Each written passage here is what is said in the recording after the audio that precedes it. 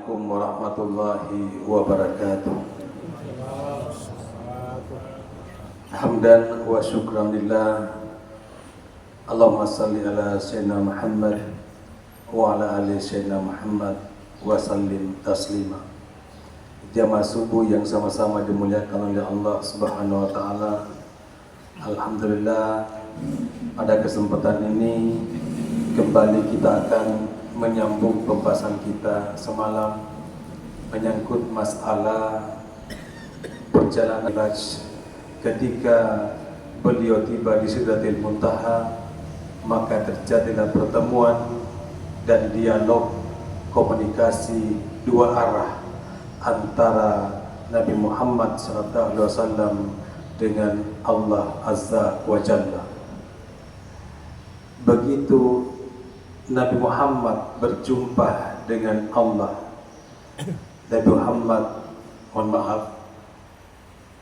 Nabi Muhammad langsung menyampaikan statement, dan statement ini diabadikan dalam salat kita. Apa kata Nabi Muhammad SAW? At-tahiyatul mubarakatus salawatu taibatu lillah. Segala kehormatan, segala kebahagiaan, segala kemuliaan bagimu ya Allah. Lantas Allah pun membalas dengan mengucapkan Assalamu alayka ayyuhan nabi wa rahmatullahi wa barakatuh. Keselamatan bagimu wahai nabi, begitupun dengan keberkahan untukmu wahai nabi. Dan Nabi Muhammad SAW ketika diberikan ucapan selamat dari Allah Subhanahu wa taala, tidak serta-merta melupakan kita umatnya yang saleh. Lantas Nabi Muhammad menyatakan Assalamu alaina wa ala ibadillahi sholihin. Keselamatan bagi kami dan seluruh hamba-hamba atau umat-umatku yang saleh. Lalu dialog ini didengarkan oleh seluruh malaikat. Maka malaikat pun bersyahadat asyhadu an la ilaha illallah wa asyhadu anna muhammadur rasulullah. Lalu siapakah sebenarnya Nabi Muhammad ini? Dalam sebuah riwayat, hadis riwayat Al-Baihaqi dalam kitab Usburiyah, di situ dijelaskan bahwa ketika Nabi Adam mengakui kesalahannya, lalu memohon kepada Allah, Ya Rabb, wahai Tuhanku, ampunilah dosa hamba dengan kebenaran Muhammad. Lalu Allah berfirman kepada Adam, Ya Adam, bagaimana kamu tahu makhluk yang bernama Muhammad sementara aku belum menciptakannya? Di Paku Pancaji, kenapa kau tahu ada nama Muhammad? Apa kata Nabi Adam? Ketika hamba diciptakan, hamba mengangkat kepala dan aku melihat di gerbang ars tulisan La ilaha illallah Muhammadur Rasulullah. Kata Adam, disitulah aku meyakini seyakin-yakinnya bahwa tak mungkin ada nama yang kau sandingkan dengan namamu ya Allah, kecuali orang yang sangat kau sayangi, kecuali orang yang sangat kau cintai. Apa kata Allah? Betul katamu ya Adam, siapapun di antara kalian yang memohon ampun kepada aku dengan mengakui kebenaran Muhammad, maka dengan seketika akan aku ampuni segala dosa-dosanya. Makanya ketika kita berdoa, dianjurkan setelah puji-pujian, dianjurkan untuk membaca salawat. Setelah doa kita akhiri, maka dikunci lagi dengan salawat. Kenapa? Karena ketika doa yang tak diawali dengan salawat, tak ditutup dengan salawat, maka doa itu tidak sampai ke atas. Seperti itu jamaah subuh yang dimuliakan oleh Subhanahu wa ta'ala. Nah, pada kesempatan yang berbahagia ini, kembali saya akan mengulas bagaimana sebenarnya maksud daripada kalimat la ilaha illallah beserta dengan rukun-rukunnya.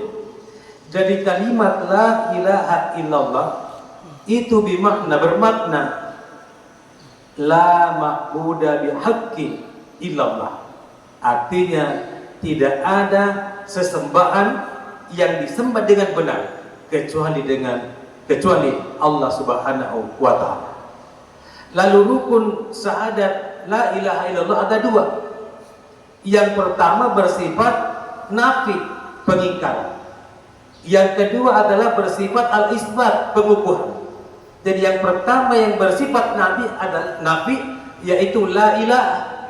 Artinya tidak ada ilah yang pantas disembah kecuali Allah Subhanahu wa taala.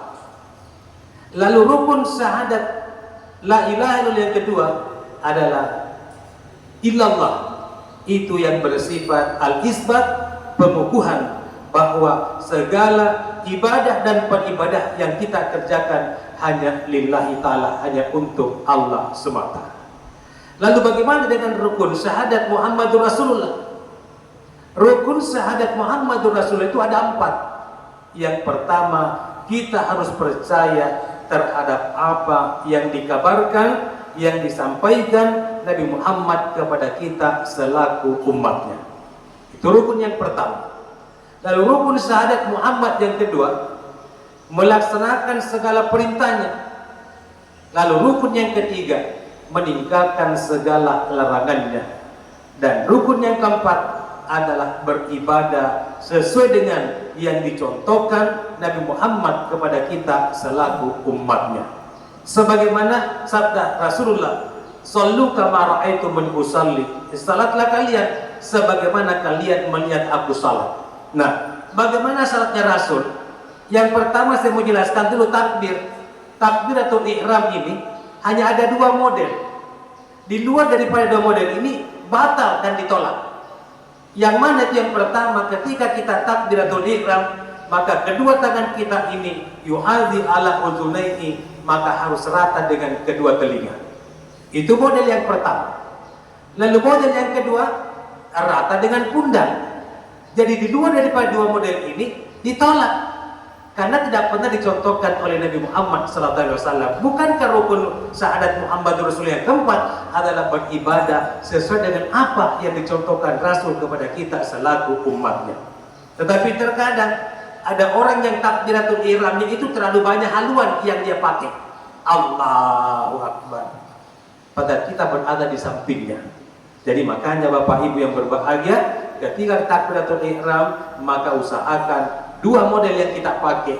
Yang pertama adalah yuhazi ala uzunaihi, rata dengan kedua telinga. Model yang kedua adalah rata dengan pundak. Lalu bagaimana dengan cara Rasul bersedekah? Bersedekah itu ada 6 model. Model yang pertama adalah ala sadri. Allahu Akbar, tangannya diletakkan di atas dada. Ala sadri, di atas dada. Model yang kedua adalah baina sadri, antara dada dengan pusat. Seperti yang lazim saya kerjakan ketika saya bersedekah, tangan saya letakkan antara dada saya dengan pusat saya. Lalu model yang ketiga, persis di atas pusat bersedekahnya. Lalu bagaimana dengan model yang keempat? Ya, di bawah-bawahnya sedikit pusat, tapi jangan terlalu ke bawah sekali, bahaya. Ya. Kemudian selanjutnya model yang kelima, bersedekahnya yang keempat, bersedekahnya adalah Allahu Akbar, tangannya bersedekah tapi langsung lurus ke bawah. Kenapa lurus ke bawah? Seperti yang sering kita saksikan di Madinah ataupun di tanah suci Mekah. Kendati pun imam di depan tidak mengatakan luruskan dan rapatkan saf, karena itu adalah bentuk kesempurnaan salat, tapi kita berdesak-desakan salat karena jamaahnya terlalu banyak. Maka ketika bersedekahnya pada orang yang salat lalu berdesak-desakan, maka bersedekah yang paling bagus agar tidak mengganggu konsentrasi orang lain. Bukan model yang pertama ala sadri, bukan antara dada dengan pusat, bukan juga pada pusat, melainkan alangkah baiknya kalau tangan itu disedekapkan langsung lurus saja ke bawah supaya tidak mengganggu konsentrasi yang ada di samping kanan dan kiri kita. Lalu bagaimana dengan model bersedekah yang kelima? Sebagaimana Rasul kerjakan pada zaman perang. Rasul itu berperang memakai pedang. Ketika tiba waktu salat, maka salat adalah beliau bersama dengan sahabat. Maka namanya salat itu adalah salat haul. salat haud itu dikerjakan, Rasul menjadi imam. Saf pertama ikut salat berjamaah dengan Nabi Muhammad. Lalu saf yang kedua menjadi keamanan. Setelah selesai saf pertama tadi salat berjamaah dengan Rasul, maka saf kedua tadi yang menjadi keamanan berjamaah kembali bersama dengan Rasul. Ya, Ustaz, bagaimana niatnya Rasul itu 2 kali salat? Jadi niat itu memang ada 3 ketika kita salat. Yang pertama ada namanya adaan lillahi ta'ala. Lalu yang kedua ada namanya i'adan lillahi ta'ala. Saya berikan contoh. Kita ini ada yang masbuk, ya, mohon maaf, ada yang terlambat masuk ke masjid untuk salat subuh. Nah, begitu dia setelah salat, tiba-tiba setelah salam kanan dan ke kiri, muncul lagi jamaah yang lain ingin masuk salat subuh di masjid ini.